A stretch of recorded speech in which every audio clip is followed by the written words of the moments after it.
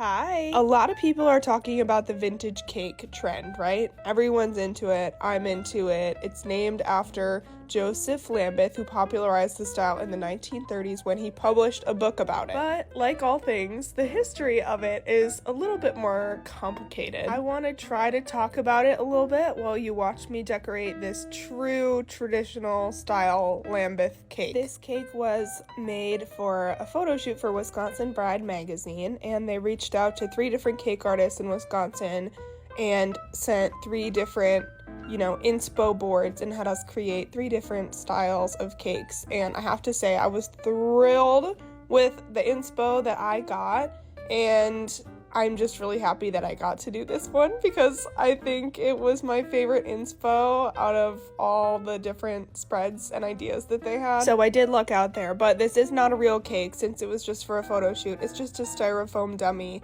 that I covered in fondant. Instead of using buttercream, I'm using royal icing here to decorate the cake, which is the traditional way of how they used to do it back in the day. Royal icing used to be known as just white icing, and then it got renamed after Queen Victoria's wedding cake when it was used. This cake was made in 1840 and it weighed 300 pounds.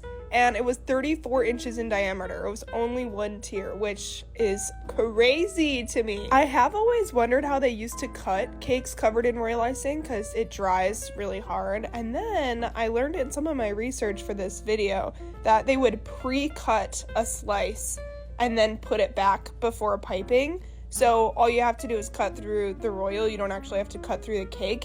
And that makes more sense to me, but I still feel like that would kind of be a mess. Though Joseph Lambeth seems to get a lot of the credit for this style, he did not invent it. He really just made a book about it, and a lot of cake artists before him also made books about it, and it's not named after them. So I thought it might be fun to tell you a little bit about them, give them a little bit of credit where credit is due. One big player was Herr T. Willy, and he was born in Germany, started his pastry training at age 14 in the UK, which was very common back then. He published the book All About Piping in 1891, and I was able to look at this for free online, and it was so cool to see how they talked about different techniques that long ago. I highly recommend going to find an online version if you're interested. Piping tips and bags were basically useless at that time. They were so poorly made. So he created his own line of 160 different piping tips and special paper to use for piping bags. He also taught classes in London. Another big player in this, arguably the biggest, was Ernest August Scholby. He really popularized and perfected the style that we now call Lambeth cake decorating. He won many awards, he published 2 books, and his style was constantly changing. Another cake artist was George Cox, who worked with the royals on a cake decorating course. At least I think so. I'm gonna be real,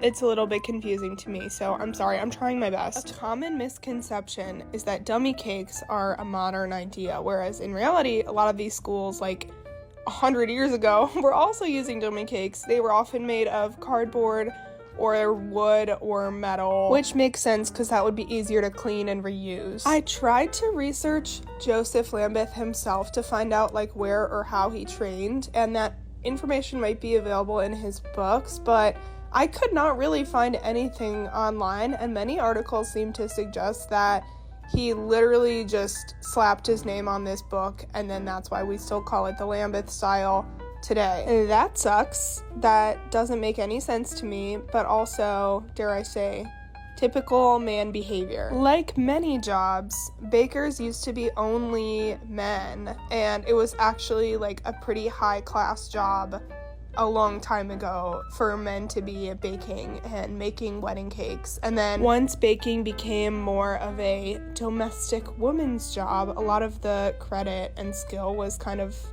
undermined. Again, we see this with so many different things in so many different industries. Most of my information for this video came from Kathleen Lang and Christine Flynn, so thank you for your very helpful information online. I know this is not a very comprehensive analysis. I just really wanted to talk about the history of this in this video, and I'm not like a researcher like that, and there's not a whole ton of information available online, so I did the best I could. One other quick thing I want to point out is the more traditional Lambeth style is very drop lines heavy, so you see me doing all these drop lines on this cake, and there would be cakes with like 10, 20 layers of drop lines. Also, now we have these modern ruffle piping tips, and those, as far as I can tell, those were not really a thing 100 years ago. They would do more swag type ruffles like I did in this video with a star tip. But of course there's exceptions to that, like there's exceptions to every rule and probably everything that I said in this video. So back to this cake that I'm working on and finally finishing up here. The inspo given was a sage green base and then ivory piping with ivory bows. Though I knew they were looking for a version that was a little bit more modernized, I just wanted to pay tribute to the classic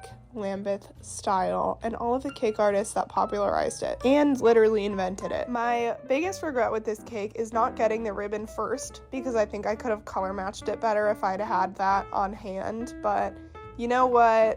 It looks good. It's fine. I don't want to show you the whole setup quite yet because this isn't going to be published until December, but I thought I'd give you a little sneak peek. I hope you enjoyed the history lesson. Bye!